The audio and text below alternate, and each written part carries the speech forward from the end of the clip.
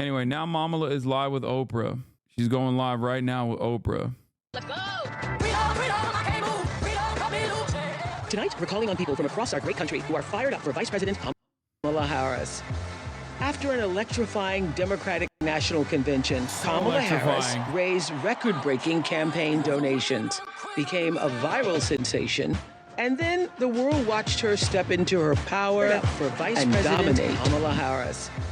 After an electrifying Democratic National Convention, Kamala Harris raised record-breaking campaign donations, became a viral sensation, and then the world watched her step into her power and dominate that debate. You're not running against Joe Biden, you're running against me. In an unprecedented surge, grassroots coalitions have organized in lightning speed, creating a tidal wave of support. Black women, were you in meeting last night? It all started the night Kamala Harris announced her candidacy. Advocacy group Win with Black Women, a collective of thousands of black women leaders from around the country, founded by Edie, hosted a Zoom call to support the campaign. Within hours, they raised $1.6 million and had so many people on the line, they almost broke Zoom, y'all. I was on Zoom with 44,000 other black women who were all focused on getting this woman to the White House. Win with Black Women was the original spark that inspired over 100 other groups to organize their own Zooms for Kamala, like Win with Black Men. White women answer the call. White dudes for Harris. Jewish women for Kamala. Be the badass Jewesses that I know you all are. Comics for Kamala. She is the president America needs. Swifties for Kamala. First of all, I am a Swiftie. Even cat ladies for Kamala. Come on, cat ladies! Tonight, for the first time, we are uniting all the groups together in one place with a single purpose. Elect Kamala Harris, President of the United States. Thank you. God bless you, and may God bless the United States of America.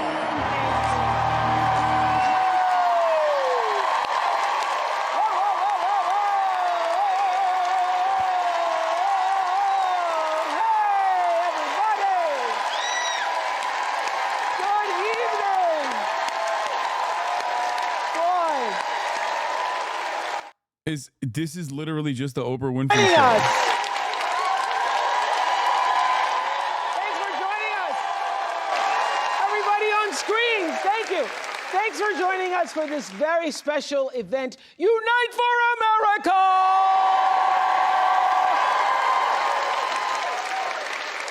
And that's exactly what we're doing live tonight, uniting from Farmington Hills in Oakland County, Michigan. We have 400 people in our audience and thousands more. Hello, all of you on screen. Hello, everybody on screen. Thousands more joining us on screen. And I am here because I care deeply about the future of our country. And I know that all of you do too. You care about the future of our country. And we just saw on this tape this grassroots, people-powered movement behind Kamala Harris has unleashed a unifying force unlike anything we've seen in politics in a very long time. And I know lots of people are feeling it because it actually is hope and joy rising. And there's been a, can you feel it? You can feel it. You can feel it. You can feel it. We can feel it. We can feel it. You can feel it. You can feel it. There's been so much talk. There's been so much talk about that word joy, and I think it's such a good thing because it means that there is a real feeling of optimism and hope, making that comeback, as Michelle Obama said, for this new day that's no longer on the horizon. The new day is actually here. We're in it. We're living it. So let me tell you how this event began. I was on the phone with Edie, founder of Win with Black Women. We're going to be talking to her a little later on. And we were talking about all the groups inspired by Win with Black Women who had 47,000 women on one call 3 hours after Kamala Harris announced that she was going to be running. 3 hours afterwards, 47,000 women were on the phone. And Joteka and I were talking, wouldn't it be great if we brought all the groups together? Because that phone call inspired all the other groups. And so we said, wouldn't it be great if we brought all the groups together at one time? And that's why we're here. So we have the Cat Ladies for Kamala here. Rural Americans for Harris. Caregivers for Kamala. Train lovers for Harris Waltz. I didn't know there were train lovers. Train lovers, chefs for Kamala, love that group. They're autistic. Republicans Chill. for Harris, love that group even more. Why? Why do you love that group even more? Swifties, where are you? Swifties for Kamala! And in addition to thousands of you all who I am just meeting here tonight on screen, I see some faces I recognize. There's Bryan Cranston. Hey, Bryan. Hey. Hello, hello, hello. Where are you? Bryan Cranston! I hear Chris Rock is in the house. Chris, where are you? Chris Rock is in the house. We are never getting a free Palestine, and we are never getting health care, okay? I'm letting you know right now, this is so 2016 coded. Oh my God, this is so fucking 2016, I'm with her, Hillary Clinton coded. Tracy Ellis Ross, where are you? Tracy Ellis, where are you on the screen? Tracy Ellis.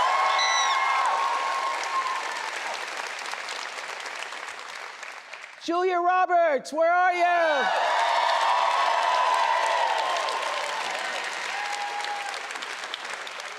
And Miss Meryl Streep is in the house.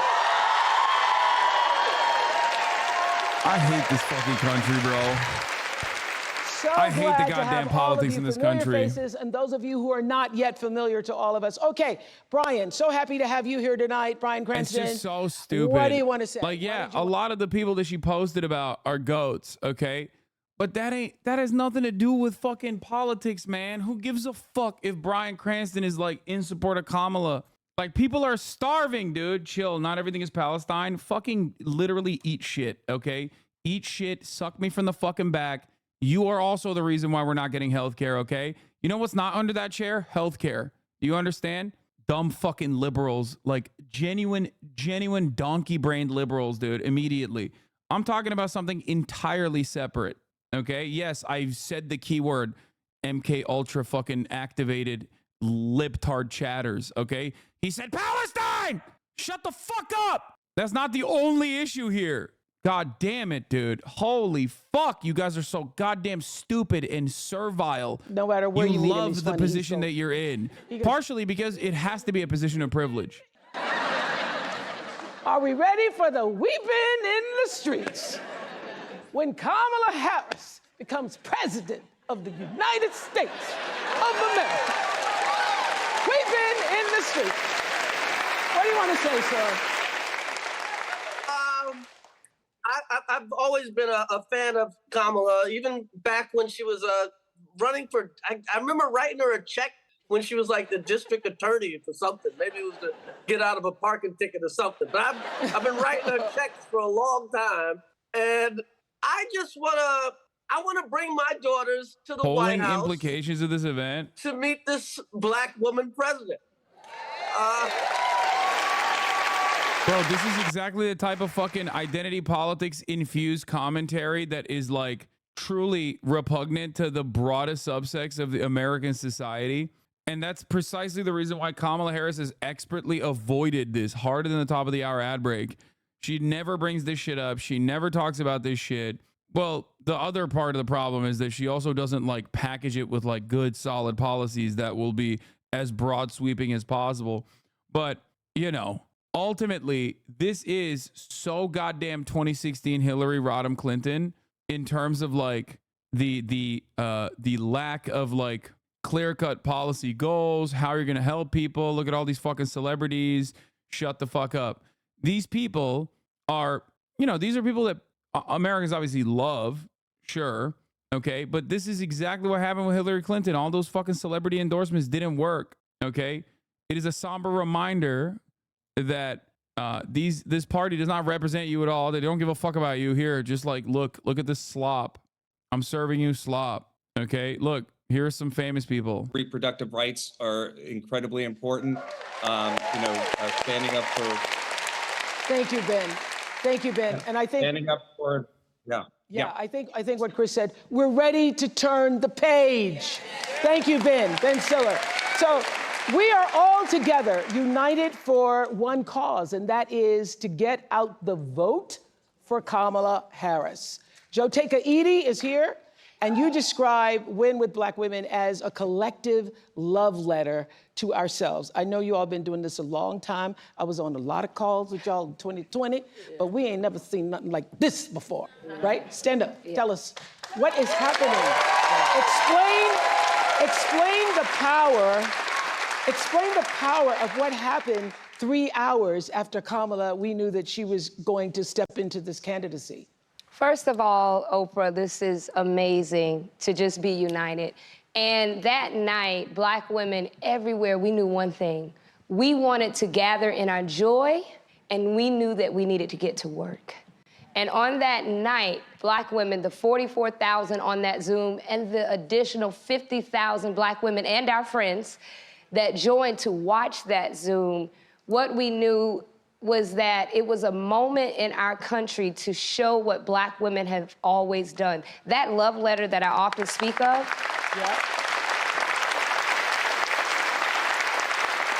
that love letter is a letter that started years before any of us in this room, you, myself, were even born. And it started by Black women years ago who knew this moment would be here, but they worked, and they knew they wouldn't see it, but one day we would. And I just think that it is an honor for all of us to be able to usher in this moment, knowing that those who watered this mighty field. Yes. Bro, people are hungry, dude. People are hungry, okay? Inflation is ate away at like the marginal gains that they got in terms of like their wages going up by tiny amounts. You know what I mean? Healthcare is unaffordable. Housing costs are unaffordable. Shit's expensive. And here you have a bunch of fucking celebrities that people like your mom loves seeing on TV talking about how sick it is that Kamala Harris is going to be the next woman president, the first woman president. What a lot of people don't realize is this kind of stuff can be helpful if there is already investment. Okay? This is secondary. This can never be the primary way that you try to do outreach. When you're doing your outreach, you have to recognize the material conditions on the ground and talk about the pain that people are experiencing, and then turn around and talk about your solutions to the pain that they're experiencing. Okay? After that, once you have already solidified a base of support due to those qualities, okay, then you can do this shit. And I would even urge against doing it like this, the win with black men, white dudes for Harris type shit. Like, I think that also harkens back to a 2016 era identity politics that I find really silly, and it demonstrably doesn't fucking work. Like, nobody buys into it. You know what I mean? I don't think black people buy into it. I don't think Latino people buy into it. I don't think working class people look at this and go, oh, that's so sick. Like, I'm with her didn't work. One, because it was Hillary fucking Clinton, and she was already like despised by the broadest subsects of society, and a basically a cultural remnant of all of the anger, resentment, animosity that many Americans felt against establishment Democrats and neoliberalism as a whole. But like, I'm with her also didn't fucking work. Besides the point, besides the fact that it was Hillary Clinton that you were with, it didn't work because you have to give people something to hold on to. You have to give people something to be on your team for. And if your goal is to motivate people who are currently maybe squeamish about being on your fucking team, right? You have to give them something first. The nature of like you being a black woman is not going to help on its own. The nature of you being a white woman is not going to help on its own, right? Classic Bernie bro take. Yeah, that is, because it's a correct take. It is the correct take. Like, and one of the things that I talked about with respect to Kamala Harris being a black woman, right, was the reality that as a black woman, she knows that you're not going to be able to motivate the base by just constantly saying like, look, I'm a black woman. And she didn't do that id Paul shit at all. Why? Because she knows that that's not a quality that you can run on, just like Obama didn't run on it. Because it's something that you wear on your face anyway. People are aware of it, right? People are already aware of it. People already know. You don't have to like use that as a selling point. And the reason why I brought this up, is because specifically because like only a white woman like Hillary Clinton would have thought that like running as simply a white woman is going to move the needle in that direction, when white women by majority did not vote for her. They voted for the grab him by the pussy guy. Okay, that's it. You're neglecting the needs of suburban Pennsylvania voters to see celebrities. Don't make me play the fucking DNC fight song, because I will do it. Do not make me play the DNC fight song. The conditions in 2015 were even better in terms of the economy than the conditions that the American population is facing right now. Okay? Yes, there is a post-COVID bump. Yes, there was a post-COVID recovery, but there was also a lot of the remnants of inequalities that got significantly worse under COVID. And if the environment was inherently hostile to the Democratic Party in 2015, and that's why Hillary Clinton lost in 2016, then that environment is still going to have a semblance of hostility towards that exact same style of politics, because the conditions are still the same, if not worse. I love saying Michigander. Around here, she's known as Big Gretch. Please welcome Michigan Governor Gretchen Whitmer. Big Gretch. Fresh in the new dress. Yeah, that's Big Gretch. Throw that buff on her face, that's Big Gretch. We ain't even about to stretch. Gretchen Whitmer.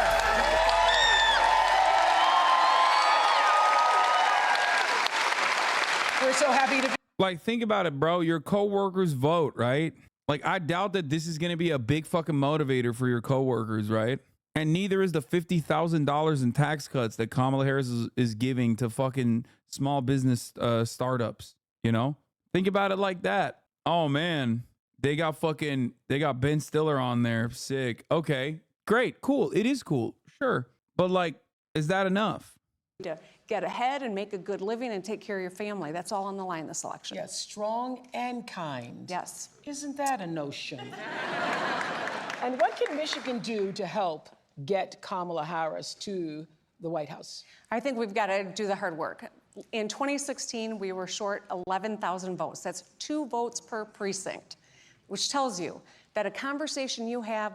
I'm black and German, so I have no dog in this fight, but it's not something feels wrong in your critique. While I agree with everything you are saying, basic needs come first. But isn't this the second sort of black themed event she has done after the NABJ yesterday? No, it's not about the black event. This is not even a black event. This is Oprah. Okay. And that's not even what I'm saying. I'm not. Kamala Harris has done a phenomenal amount of fucking black like focused events. You just don't see it because it's not for you, because you're in Germany. Okay. Do you understand what I'm saying? Like, she'll go and she'll talk about like historic black colleges. Like, she'll go and she'll do like local spots, and that gets around on Facebook. That stuff is fine, right? This is not that at all. Also, the National Association of Black Journalists is not a black event per se. It's going to take all of us to build a pathway, many pathways to 270 electoral votes. That's what we're focused on in the campaign. In every state, we have to register more people. We have to mobilize our voters to turn out to vote. And then we have got to go persuade those people that still don't know enough about the vice president and her vision for the future. And if we do that together, all of us, we're going to get over the top, but it's really going to take all of us. And to make sure that you're working in your own lives, have those hard conversations in big and small ways. We're going to inch our way over the finish line, because we're going to be able to do it together. And don't you need money? Well, we do.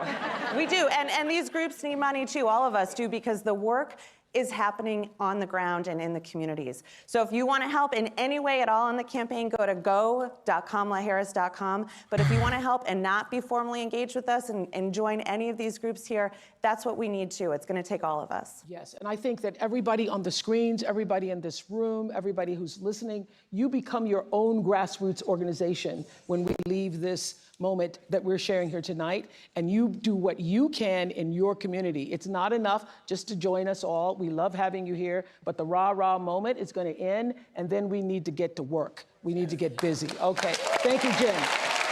I have to just say this, that the social media team for the Harris campaign has been killing it. They have been killing it. I think that team helped spark this people-led movement. And here's a short look at the rallying cry across social media. I'm watching the Kamala Harris rally right now, and wow, I'm like crying. So Tony and I just got done knocking 48 doors in King of Prussia, Pennsylvania. Majority, if not all, independent Republican libertarian doors. Republicans for Harris is growing explosively too. We just need to get back to a place in this country where we can have disagreements and have them still be respectful. I'm here with Richard, a 77-year-old registered Republican who's going to be voting for Kamala Harris. They're eating the dogs, the people that came in. They're eating the cats. They're eating the pets of the people that live there. Obviously, a narcissist just doesn't stand for anything that I stand for. What issues are most important to you personally? First of all, not electing a felon to the White House. I'm voting Harris Walls and a blue ticket all the way. In 2020, only 50% of young eligible voters actually showed up. I And don't that think she's was riding with Harris. record-breaking. What So the if you really fuck? want to be brat, you better be showing up in droves in November. We are with her. Okay. And she's with us. I voted for Nikki Haley in the primary. I'm going to be voting for Kamala Harris. That's the right choice for America in 2024.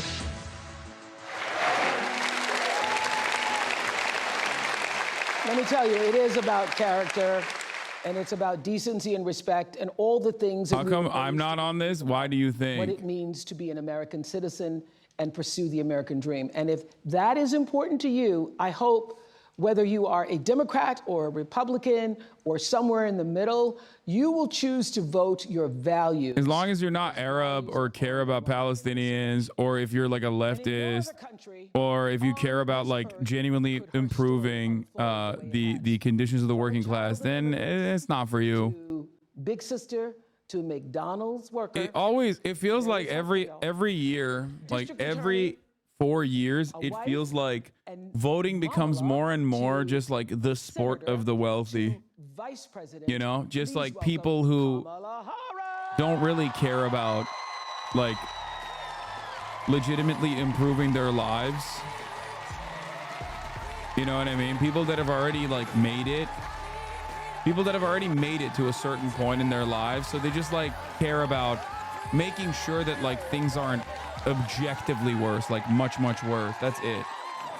There's no argument to be made about like how things will be better.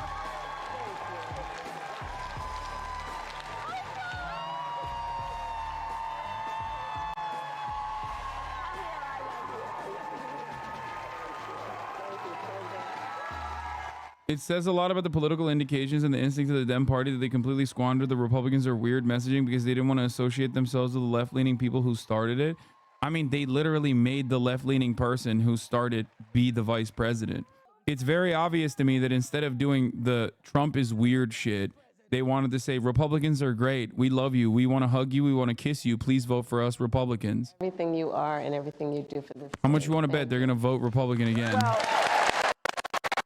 As they have done time and time again. We have 1,000 screens here representing people from all over the country. Hi, everyone. Can you feel? Can you feel? Can you feel it? Can you feel the joy rising in here? I can, and I have to tell you, there's so much that I love about our campaign because it really is about the people. And I look around at these screens, Oprah, I look at who's in the room, and this is America. Do you honestly think addressing any of what you just said would be the best possible position to be elected? What, like offering people offering people immediate improvements to their material conditions? Yes. That's what democracy is about. The fuck are you talking about?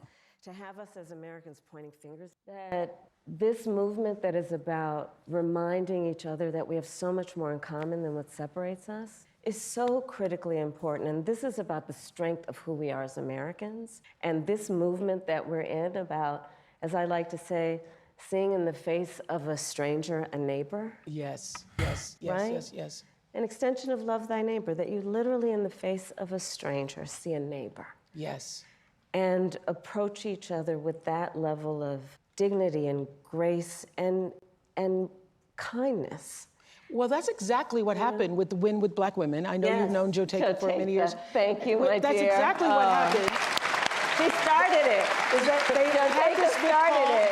They had the big It's call. your fault. They had the big call and then said, let's open the door. Yeah. Let's open the door and invite everybody else in, and everybody actually came. Organically. Yes. Organically. Like, this is the beauty of our country. There's so much at stake in this election. And ultimately, the question before us is, what kind of country do we want to live in? And the beauty of a democracy, as long as we can hold on to it, the beauty of a democracy is each of us has the power. Each of us has the power to answer that question. That's right. Everybody on this call and beyond has the power. But can I just start with this? Yes, please. I have to say this because in all of my private conversations, Gail, and I've said this 100 times, and everybody is saying it, you all have said it, I know you have. It seems to us that something happened to you the moment President Biden, stepped aside and withdrew his candidacy, that a veil or something dropped and you just stepped into your power? I mean, literally, looking at you at a speech like... Bro, I don't think I've ever watched like a full Oprah thing. Like, this is kind of whack.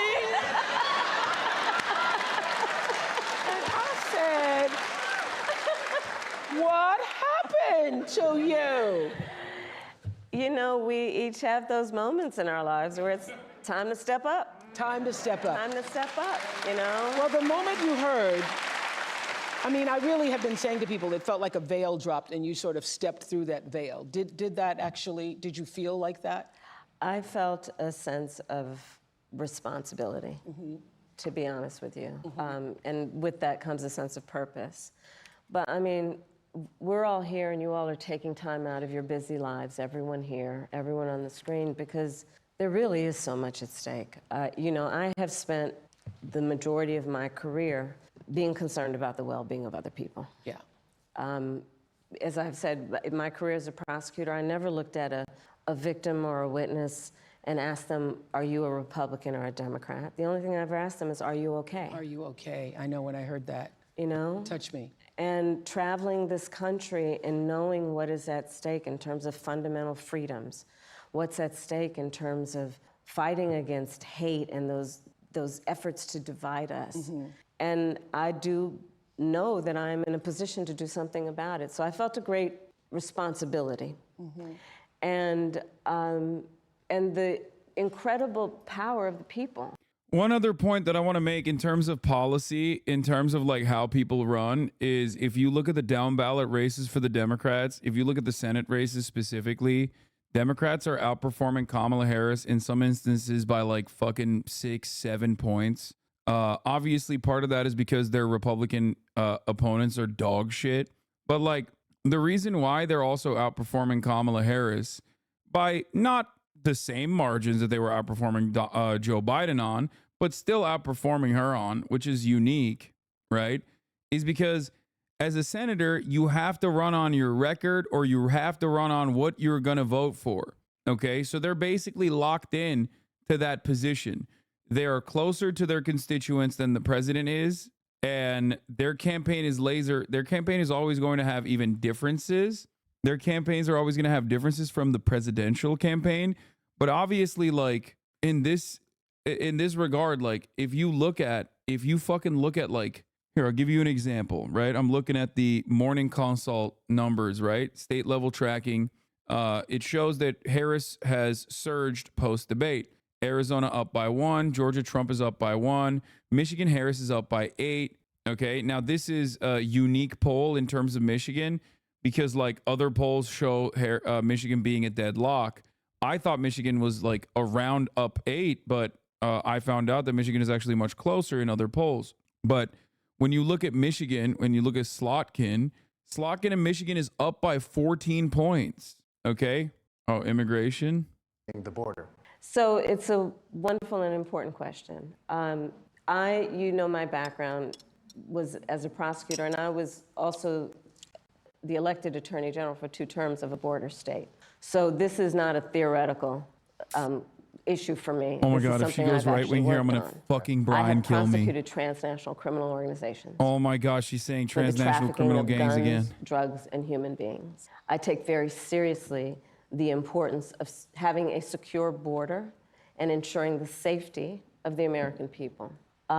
Sadly, where we are now can be traced most recently back to the fact that when the United States Congress, members of the Congress, including some of the most conservative Republicans, came up with a border security bill.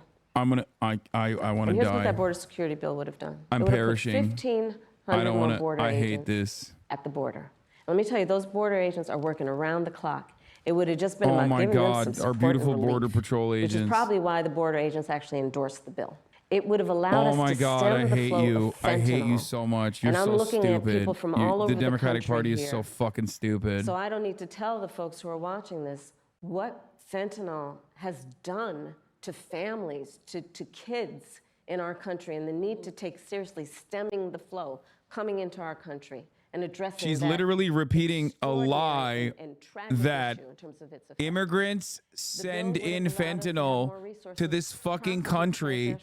This is so stupid. It is so dumb. You are fucking stupid, dude. You're just a stupid person. You're not just a cowardly person. You're fucking stupid. Okay? Bill on the floor for a vote. He It's blocked not the bill. even You know why? true. It's a Because baseless. he'd prefer to run on a problem instead of fixing It's a baseless fucking claim made by Republicans that is immediately disproved by the reality of the matter.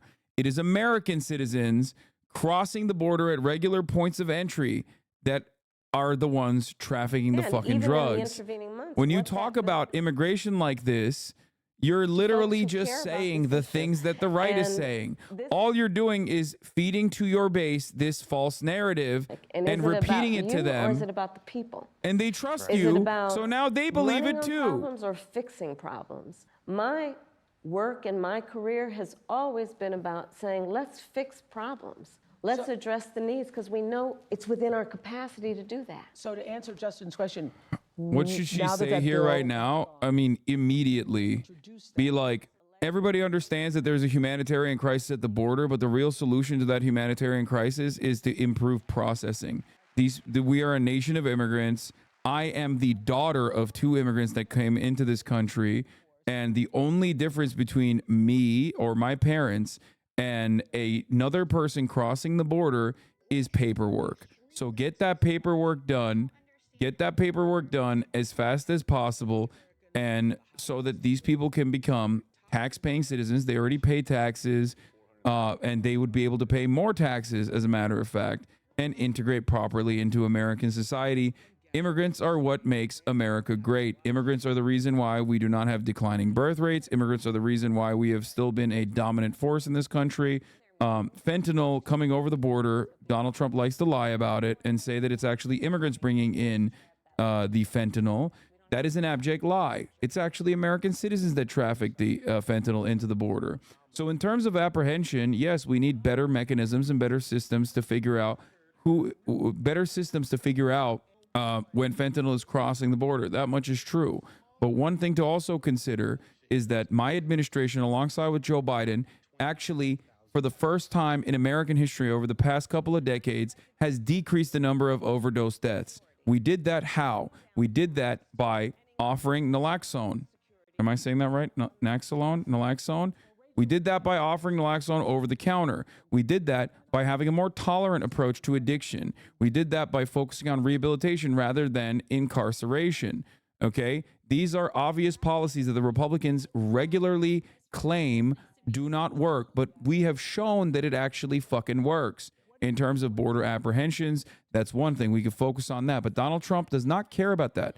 He wants to make an argument that it's actually Guatemalans and Haitians that are bringing in the fentanyl over the border, when it's actually American criminals that are bringing the fentanyl over the border, and we must apprehend that fentanyl over the border, but hyper-focusing on the wrong things in an effort to incite racial animus amongst your neighbors that truly make this country great, that are the backbone of the American fucking economy and American culture, is the wrong way forward. Donald Trump has demonstrated time and time again that he does not care about this issue. After all, even when we gave him an olive branch with my shitty fucking right-wing border bill, he still cast it aside. Bring it up at the end if you want to talk about the hypocrisy of the situation, but address the actual fucking root cause of the problem and genuinely speak to the issues at hand instead of fucking abiding by the right-wing framing that is born out of no reality. It's just born out of fucking lies. What the fuck's wrong with you? It's so stupid. So illegals are the backbone of this country. Illegals are the backbone inside of your mother's pussy, okay? That's what's going on right now. The bone that your mother feels every goddamn night. Dumb fuck. Yes, dude, immigrants are the backbone of this nation, okay? This country would be nothing without immigrants. Illegality in the process means nothing. It's just paperwork, you fucking idiot. That's why JD Vance openly says, I don't care that Haitians are actually documented migrants. I want to undocument them. Which is when, most companies and corporations are good, but for those bad ones, they take advantage of people, especially during a pandemic or extreme weather, and they end up jacking up prices, and there needs to be accountability and consequence for that. So I'm going to be taking on price gouging.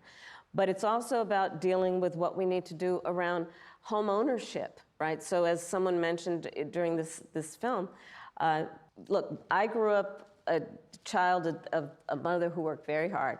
She raised me and my sister, and she saved up, and by the time I was a teenager, she was able to buy a home. And we grew up actually for a long time in an apartment on top of a child care center that was owned by the woman we called our second mother because she helped my mother raise us. And she was a small business owner, Miss Shelton. So I'll bring all this together to tell you the way I think about it is, one, when people work hard and have a dream of buying a home, we should give you the opportunity to be able to do that, which is why part of my plan is for first-time homeowners, buyers, to have a $25,000 down payment assistance to buy your first home. Because people just need to be able to get their foot in the door, and then you'll do the hard work. Part of my plan is what we need to do to support small businesses, because my second mother was a small business owner, and I love our small businesses and our small Oh my business God. owners. They are not only business She's fucking leaders, boring, uncharismatic, and so goddamn repetitive. It's making me want to fucking Brian kill me, dude. I love our small businesses. Like, no, you don't. Shut the fuck up. Shut the fuck up. Nobody loves small businesses. That's not a real position, okay? You're just saying that like a goddamn bot. You just keep repeating the same points that you wrote literally since the DNC. I have heard the same exact fucking talking points. At least Trump rambles on, but sometimes he adds like random fucking insane shit in there. To start up their small business. Right now it's $5,000. Nobody can start a small business with $5,000. So that's part of my plan. That's a teeny tiny business. That's a business in teeny tiny business. It's a concept of a business, right? Yes. You know where I'm going. Yeah, she's doing the NPCs on TikTok meme, dude. Ice cream so good. Ice cream so good. Ice cream so good. I love small businesses. Right. Part of the as a criminal prosecutor in a border state, I prosecuted transnational criminal gangs, human traffickers, drug traffickers. Ice cream so good. Extend and expand the middle class families tax break, so that you can, in the first year of your child's life. Staying on message bad? No, dude. Fix the message. Fix the message. Fix the message. The message is bad. The message is fucking broken. Okay? Do you not understand my problem? Have I ever said this about Bernie Sanders? Well, one, I've never said this about Bernie Sanders because I'm a fucking misogynistic racist. Okay? So that's number one. But at least I'm not anti-Semitic, unless we're talking about Israel. But the other reason why I never say this about Bernie Sanders is because he has good messaging. He stays on message all the time, but the message is good. She's staying on message all the time in a way that is insincere because the message is bad. Nobody fucking laughs and goes, in the real world, have you ever encountered a human being that went, I love our small businesses? Is that a real fucking person or is that a goddamn bot? Do you hear me fucking complain about Tim Walz? No. Because while he stays on message, the message is at least like somewhat better framed. I love our small businesses. I'm just going to keep repeating that. Costs and bills that I'm paying now, along with the bills and costs I will pay in the future too. And so everything just has a cost and everything is so expensive. Bro, aren't many voters bots though? Yes, but not in that kind, okay? Like, dude, yes, a lot of voters are stupid, but even stupid people recognize what kind of pain they're feeling, okay? And if you're a stupid person who feels a lot of pain in terms of like affordability, okay, and you got a person running for president that goes, I love our small businesses, you're gonna be like, what the fuck are you saying? Rent is up 10% year over year. My landlord is fucking me right now, okay? The fuck do you mean I love our small businesses? Who gives a shit? What we need to do to also push back against a very different vision for our country. Because look, in this election, there are two very different visions for our country. One, for me, that is focused on the future, including you, and another that is focused on the past. What Donald Trump, what my opponent plans on doing for the economy, stop moving the goalposts. Is doing what he did the last time he was president, and giving another tax break for billionaires and the biggest corporations that would add $5 trillion to our deficit. And get this, he plans on doing what I call a Trump sales tax, which is basically he's going to put a 20% tax on every. This right here, the thing is liber. I don't think the message is bad. It's just not for us. That's what every Democrat thinks, okay? Every Democrat, even fucking small business owners, every single goddamn Democrat's like, yeah, this is not for me. It's for someone else. I have yet to find who it's for, okay? Because when you look at the polls, ain't nobody says they're voting for Kamala Harris or historically for the Democratic Party or their policies. They're voting against Donald Trump. That's why the Senate race is a little different. In the Senate race, people vote for the senator because the senator has to run on policies. They don't vote on the overarching party fucking vibes. They don't vote on Brett Summer, okay? No, stop saying he's right though. Shut the fuck up. Shut the fuck up. The idea that like, oh my God, oh my God, oh my God. You literally said that phrase a couple minutes ago. It's for suburban women though. You guys are wrong, okay? If you think suburban women don't have similar material problems as to you, you're wrong. Affordability is a problem for them too, okay? You're wrong. I don't know. I feel like a lot of chat's parents are. I know all my friends are parents are stoked to vote them. Ask them which tangible policy positions, which policy they're voting for, okay? If you interrogate their views, they will inevitably tell you what every single person in here that is voting for Kamala Harris will tell you, which is that they are voting against Donald Trump. They're voting against Project 2025. They're voting against the abortion ban. They're voting against a litany of things that the Republicans have done. They're voting for harm reduction. Those people were obviously already locked in to vote for the Democratic Party. Do you understand? Do you understand? Those people were already voting for the Democratic Party. The goal here from this moment onward until November and every single day since Kamala Harris became the presidential candidate was not to get those guys to vote for her. Those guys are already voting for her, okay? The goal is to activate people that are maybe not going to vote this time around. They're going to sit this one out. It's crazy. This is the equivalent of your business giving you pizza for your hard work instead of a fucking raise, and a lot of people can relate to that. Exactly. I kid you not, I peeked to another person's chat and he was ending stream saying, we don't need to watch this. It's not for us. Yeah, it's never for you. That's the problem. When will there be an event for you?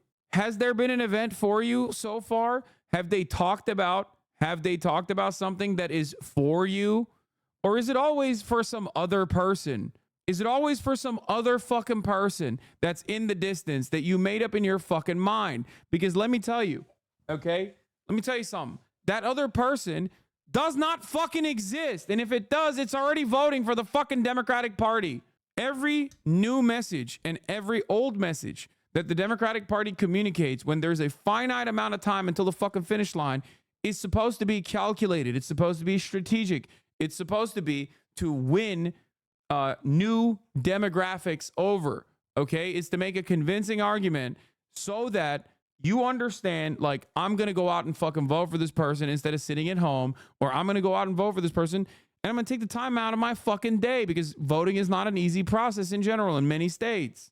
Okay? Like the things that I'm advocating for overall, are not even necessarily like radical leftist votes that are just out there to be seized, okay?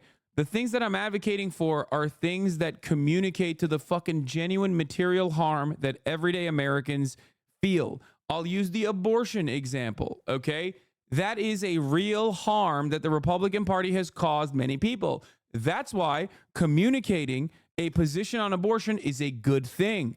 Why is that a good thing? Because there are millions of Americans who are harmed by this policy. So saying that's what the Republicans did to you, I'm going to fix that shit. That's great. That's great messaging. That's why you'll never hear me ever talk shit about fucking Kamala Harris talking about abortion. Okay? Because it's right. It's good for her to talk about it, and she's in the right, and she should talk about it. Okay? And they're even doing the Republican thing. They're bringing up an anecdote, a powerful anecdote of a white woman who almost fucking died because she couldn't get an abortion, right? Like, that's a huge deal. That's great. They're doing it right. You don't bow down, even when you're the underdog, especially when you're the underdog. That's right. You stand up and you stand tall, and you give me so much hope and so much strength, and thank you. Thank you, Hadley, for coming all this way.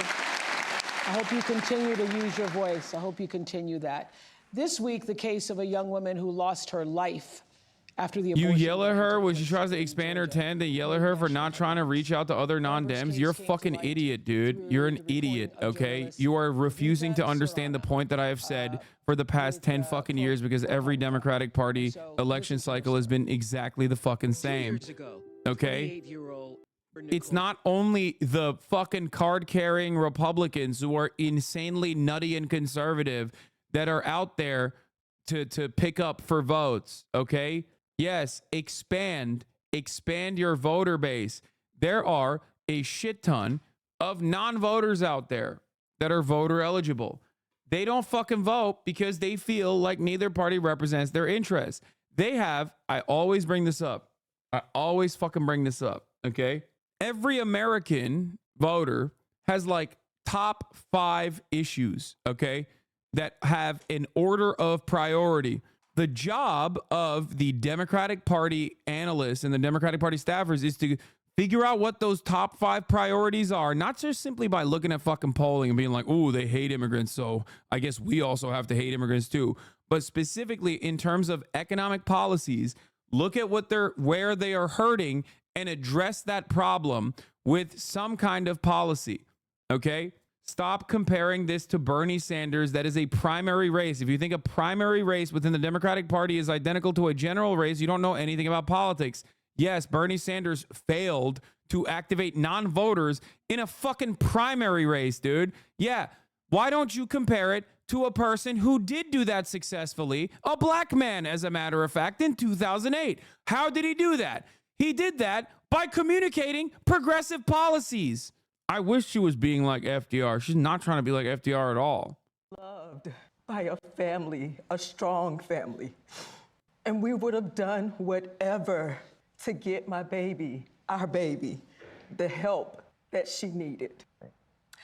When ProPublica came to my home, I pushed them away. No, but Kavithia, she was persistent.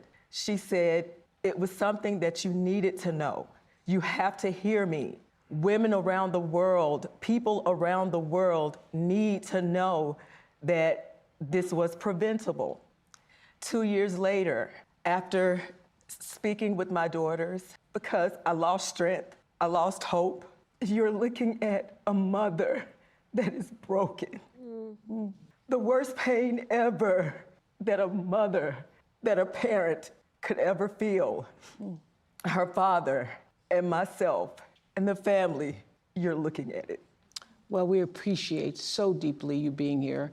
And we're all watching you hear that tape and those words. We know how re-traumatizing that is and the strength it takes for you to be here to tell your story.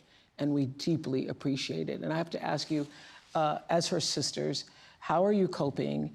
And what does He's one of the two people whose this could have been prevented. Two people died in Georgia because of the abortion bans, because doctors did not offer the appropriate medical intervention because of fears in the state of Georgia over the abortion ban. This is a very real story. This is a very harrowing story. Guilty. I wish I could have helped her, because she was suffering, and we had no idea. We trusted them to take care of her, and they just let her die because of some stupid abortion ban. They treated her like she was just another number. They didn't care for her as if, she was their daughter or their, granddaughter. Yeah. And she's not here. She'll never come back. Yeah. Andrika, what do you want to say? I want to say that it's very disheartening that my sister was allowed to suffer for 20 hours. She suffered. It was nothing that we could do to help her. We trusted the healthcare professionals to do their job and save her, but they failed her. Well, I think the most powerful thing that you've said here, Ms. Jeanette, is that your daughter is not a statistic. She had a life. She was loved by her sisters, loved by her family, loved by those who knew her, and she's not just a statistic. And we are happy to speak her name tonight in this room, talking about what this country needs in terms of reproductive rights and freedom. What do you want to say, Madam Vice President? I'm just so sorry. And the courage that you all have shown is extraordinary, because also you just learned about how it is that she died. And they just recently learned, yes. How? Yeah. And Amber's mom shared with me that the word over and over again in her mind is preventable. Yeah. Preventable. That word keeps coming to her. And this story is a story that is sadly not the only story of what has been happening since these bans have taken place. And, just to step back in terms of how we got here, the former president chose 3 members of the United States Supreme Court with the intention that they would overdo the protections of Roe v. Wade. And they did as he intended, and in state after state, including yours, these abortion bans have been passed that criminalize healthcare providers.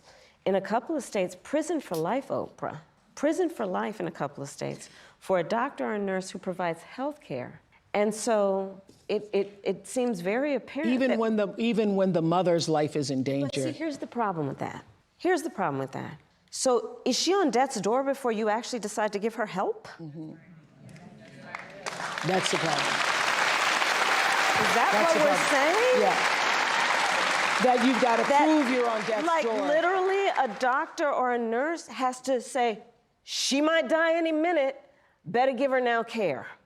Because otherwise I might go to prison for life in some cases. Think about what we're doing in terms of saying that certain people who are in these state houses, and then starting with the former president of the United States, think they're in a better position than a doctor or a nurse to determine when their patient needs medical care. This literally, and Amber's story highlights the fact that among everything that is Dog, you're getting moderated because you're saying some fucking irrelevant ass bullshit, okay? Shut the fuck up. Take a goddamn week off and never speak ill about the mods again, okay? God damn, dude. The fucking sense of entitlement. This motherfucker wants to talk about like Hezbollah and like all the different sects in Lebanese politics. You didn't even get moderated. It was Fossabot that fucking automatically moderated you because you couldn't shut the fuck up. You just kept spamming the same thing over and over again. Some of you fucking chatters literally don't understand when some of you chatters just simply do not fucking understand what's going on. And you think it's like the mods that are doing something to you. No, it's because you got auto-modded because you couldn't stop fucking spamming the same shit over and over again. legislators who would be saying, criminalize healthcare providers are also saying that after a person's body has been violated, that they have no right to make a decision about what happens to their body next? That's immoral. Yeah. I think it's not just immoral. But here's what I want to say. I just don't believe that those legislators, that the government has a right to be in your womb. They have no right to be in your womb with decisions about your womb. And one does not have to abandon their faith. Right. Or deeply held beliefs to agree the government should not be telling her what to do. Absolutely. Right? If she chooses, she will talk with her priest, her pastor, her rabbi, her imam, but not the government telling her what's in her best interest. Well, this is a long healing process for this family. And we thank you, and we hope that by being amongst people who heard you and heard your daughter's story will be meaningful to you in this journey to healing. Thank you so much for being here. Okay, I want to also... Thank you. I want to hear from Star Walker, who is a campaign engagement organizer in Milwaukee, one of my hometowns, Milwaukee. Hi, Star. What's going on in Wisconsin? Hi, Oprah. Hi, Madam Vice President. We are fired up here in Wisconsin. I'm an engagement organizer, so I'm focused within their personal networks. As friends, family, teammates. And by empowering people to leverage their relationships, we amplify their voices and deliver progress. We're fired up, but we also know it's a razor-thin race. So just like in 2020, this is going to be won by a field margin. It's on us to roll up our sleeves and do the work. Let's make phone calls and knock on doors. Go to go.kamalaharris.com to join this people-powered movement. That way, when we look back, we won't just be remembering how we felt, we'll be remembering what we did. Woo! I love that. I love that. Y'all, I love that. That's a big takeaway, because we're all feeling really good right now, but what really matters is what are we gonna do? Absolutely. What are we gonna do? Thank you so much, Star. I see somebody else on the screen, Julia Roberts. Hi, Julia. Hi. Hi. I heard you were so excited you wanted to be here tonight. Why? Well, first of all, Oprah, thank you for hosting this, because I guess if I started a voting club, it would be conversationalists for Kamala. Yes. Because to talk, to listen, to be heard, to have this back and forth is so unique in this campaign to beautiful, wonderful Kamala Harris, who I've had the good fortune of knowing for many years.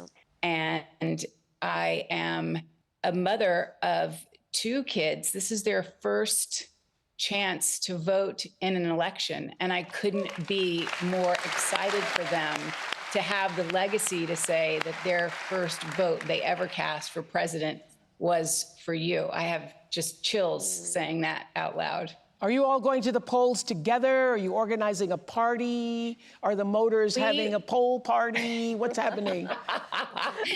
I wish we were all going together. In fact, you know, they are in college, so we will be separated on the great day, but in spirit united always for what we believe in and what we, you know, I feel like it's interesting. We talk so much about being Americans united for something, but this has become such a global representation of our country and what we stand for. And I get to travel internationally a lot. And I want people to say, oh, you're American, and not, oh, how's it going over there? You know? Yes. So I want to get back to that space. Exactly. Thank you, Julia. Exactly. Thank you. And hey, there's Tracy Ellis Ross coming up there. Tracy, now listen, if anybody should have a voting party, I think it should be at your house, because you have great parties, girl. I just want to say hi, hello, Madam Vice President. It's just an honor. I actually have never met you, which is crazy. And hi, Oprah. I am here because, wait, what did I miss? We just saw each other the other day. Okay. Oh, hi, Tracy. Hi. Hi, Oprah. How you doing? Hi, good. Yeah. This is exciting, though, isn't it? Isn't it exciting? It's exciting. It's exciting because I believe in democracy. I believe in the future of our country, in reproductive freedom, bodily autonomy, women leading. I believe in decency. The idea of leading with joy and kindness has always been in my DNA. And I'm here both for the seriousness of this election, but the joy with which it is being handled. It is stunning. And then I also really want to remind everybody, it hasn't been mentioned, but voting up and down the ballot is incredibly important. Your freedom and your daily life are all the way up and down that ballot. People are policies, and we need the right people in all areas, all positions.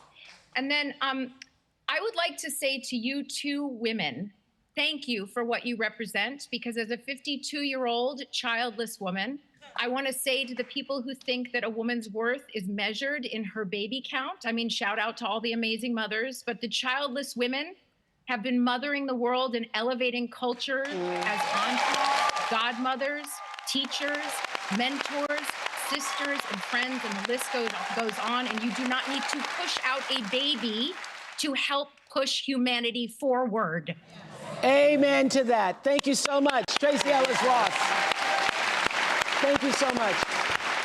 So another important issue this election is, of course, our safety. And just 2 weeks ago, our country experienced yet another horrific school shooting. Watch this. If you are one of the many, many women in the United States who only posts about political issues when it's related to reproductive rights and bodily autonomy, and if you have spent this summer encouraging people to vote for a certain political party in the name of protecting your bodily autonomy, then I want you to consider this message.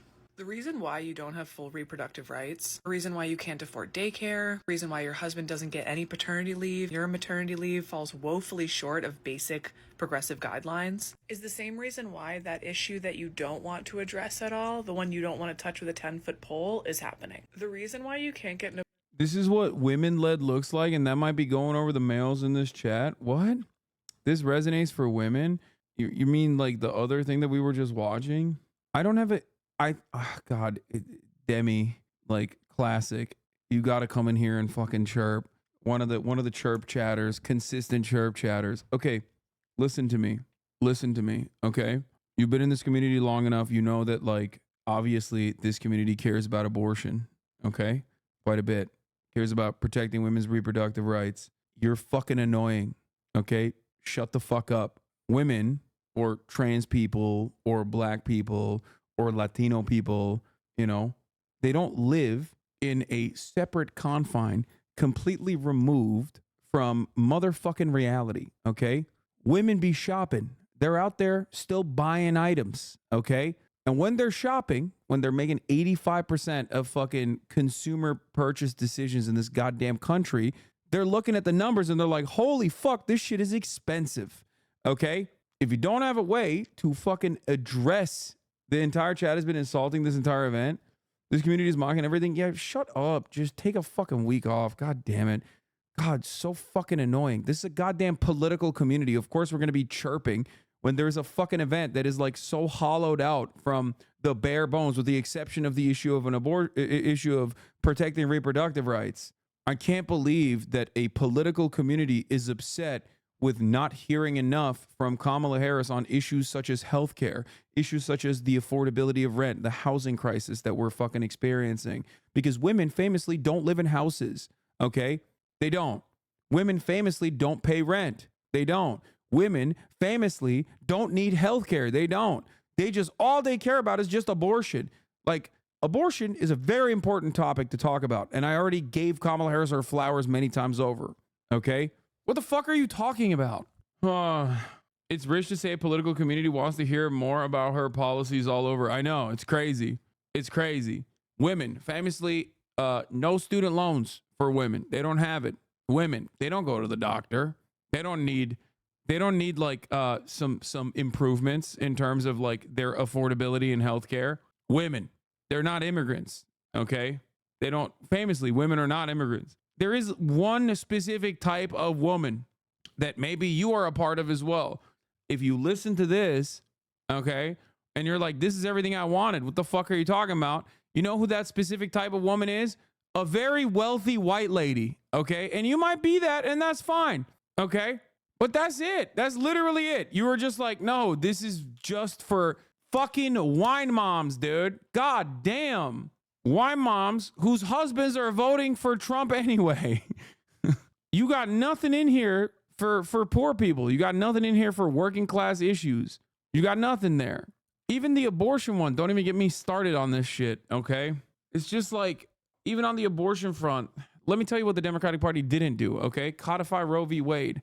Let me tell you what the Democratic Party didn't do. Create protections so that abortion and access to reproductive health could remain in this country. Let me tell you what the Democratic Party did do, okay? Wait for the Republican Party to actually destroy it so they can fucking fundraise off of it. So excuse me when I fucking see a mom cry about her daughter who fucking died and think to myself, well, she's the goddamn vice president right now.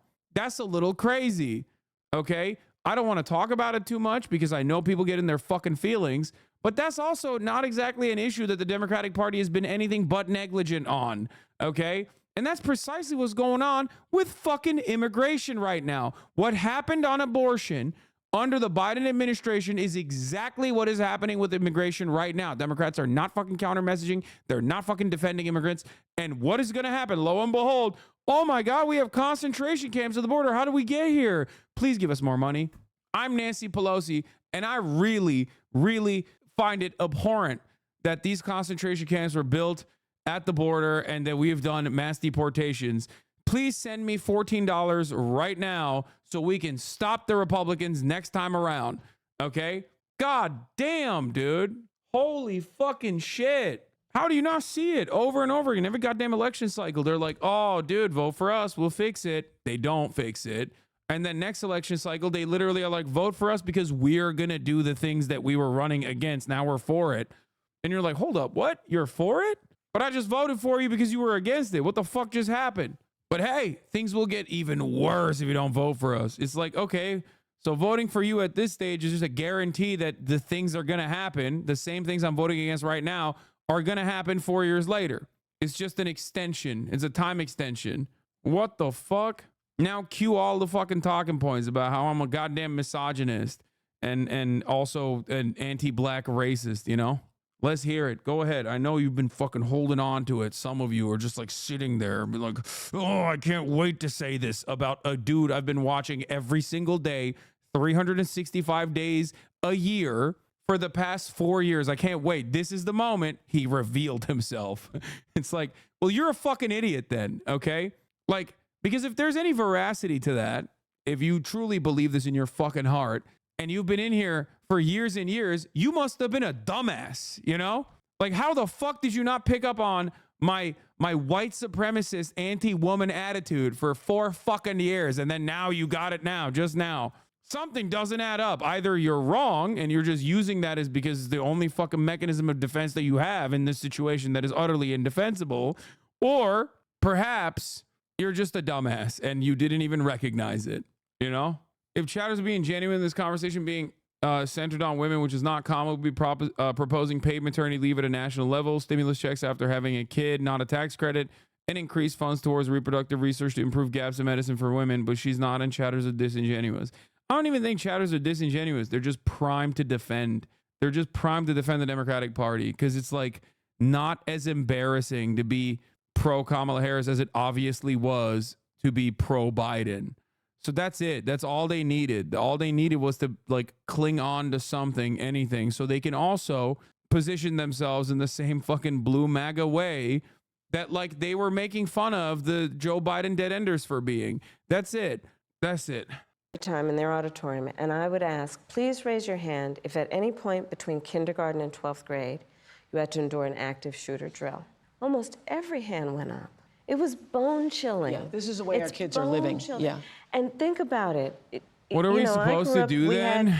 Fire. You're supposed to subscribe at the top of the hour to avoid the 3-minute ad break at the top of the hour, which is coming right now. If you no longer want to see those ads at the top of the hour, that's all you need to do. Subscribe for $6, well, $4.20, or for free with a Twitch Prime, or by getting gifted a sub.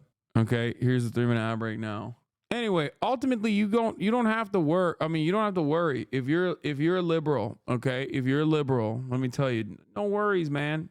It's smooth sailing. All right, you got Trump is gonna come out and say another unhinged thing, and even if the Kamala Harris campaign doesn't remind people how fucking shitty that is, most people will still go, okay, that's a little too much for me. Or maybe they won't, like they did it in fucking 2016 nor 2020, and then he fucking wins. Who knows? Okay. I don't think so, but that doesn't mean it can't happen. What if you're not liberal and you're like as to the left as one can be? What do you mean? Why didn't you say to organize your workplace or join a workers' organization or something? I don't know. Maybe because I've said it a million times over. I'm not going to be on message every single damn time, dude. What the fuck? Oh, also, I do have to end it because I have to travel to fucking San Diego. Being liberal is also good though, right? Because it's also a part of the leftist coalition. No, it fucking isn't. What are you talking? You're watching it not be. Debate Lords is starting. You are late. Yeah, that's tomorrow. Everybody, I am traveling down to San Diego right now to go to TwitchCon. Okay. And I'm very excited to hang out with some people I haven't seen in a minute. And I have Debate Lords tomorrow. I have the panel with Maya on Saturday. I'm planning on being back here and streaming normally by Sunday, but we'll see if I can do that or not. But basically I'm gonna be there. I'm gonna be there for 2 days, and I'm gonna do some IRL streams. I'm gonna try to do my regular streams. Hopefully I'll be able to stream from the hotel room. Okay.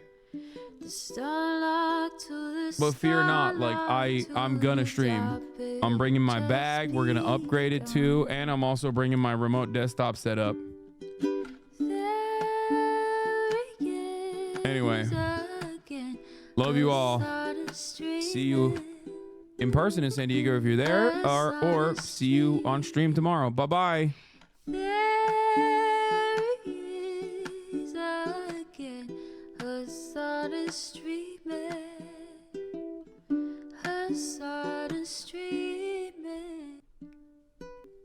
Reviewing the P.O. box, Uncle Uger's face. Sudden discord at your prop, great names take embrace. Tiny Bernie Sanders, LGBTQ Air Force. The whole left at your fingertips, Ane at your door. H3 crowded debate, the Young Turks online show. 3 full fucking years of this, plenty more to go. 90-day fiance, talks of champagne bourgeoisie. A Trump rally live reaction, a mass riot at DC. There he is again, her son is streaming, her son is streaming. There he is again, her son is streaming, her son is streaming. Reading live stream fair comments, Austin show chat advice, and all the ways the right-wing pipeline can suck you in online. JCS react, Lord frame gets broken, cover blown. A full-blown mass pandemic, monster streaming at your home. Total radicalization coming out to find. The system you were taught to trust in was broken the whole time. All these daily whether big or whether small, have helped me and so many find the meaning through it all. There is again a sun is streaming, a sun is streaming. There is again a sun is streaming, a sun is streaming.